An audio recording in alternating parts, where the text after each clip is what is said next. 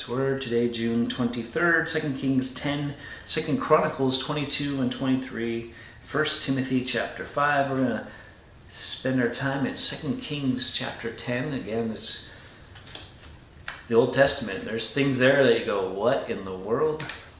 And God doesn't hide the junk. And then when good things do happen, He also lets us know. And so here is this whole battle over who's going to be king. It's kind of a mess. So Jehu is going to be king. And at one point here in this chapter, it looks like what you're doing, right? It looks like he's going down a wrong road. But listen, verse 18. Jehu assembled all the people. He said, Ahab served Baal a little, Jehu will serve him much. You're like, that's not good. Now therefore call to me the prophets of Baal, all his worshippers and all his priests, let none be missing, for I have a great sacrifice to offer to Baal. Whoever is missing shall not live. But Jehu did it with cunning in order to destroy the worshippers of Baal.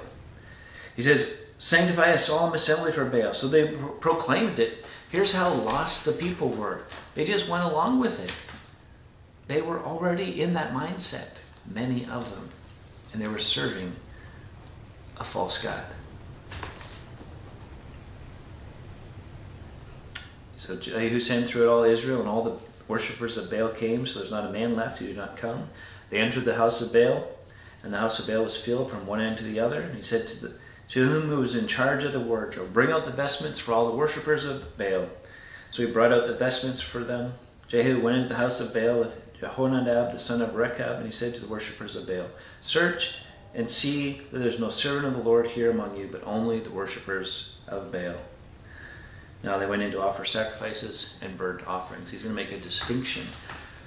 Now, the difference between Old Testament and New Testament, and there are many, is there's a lot of quick judgment going on, right? There's separation of the sheep and the goats, if you will, the believers and the non-believers. And when we get to New Covenant, we're not to, generally speaking, make those kind of pronouncements. You know, if someone's in the church and they're continuing to rebelliously sin, then we warn them, and we gather others and we warn them, and then finally we bring them to the church, and we may have to say, you know, you need to go away from the church for a while until the Lord would convict you of that, and then you're welcome to come back.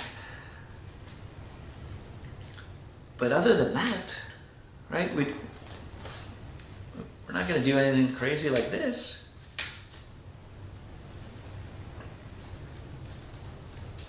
But in this, he was faithful to God, but he didn't fully commit all the way. And that's the rest. It says in verse 31, Jehu was not careful to walk in the law of the Lord, the God of Israel, with all his heart. He did not turn from the sins of Jeroboam, which he made Israel to sin. There's some good, that he took a stand, but you got to go all the way. And because he didn't, it's left a little wanting. It's an interesting kind of thing, because sometimes that's what we see in our own lives, is there's certain areas that we're ready to quickly get rid of, quickly change. Other areas we're stubbornly holding on to. God wants to rid us of all the junk. He wants to free us completely. We just have to surrender and watch and see Him work. Till next time, keep growing.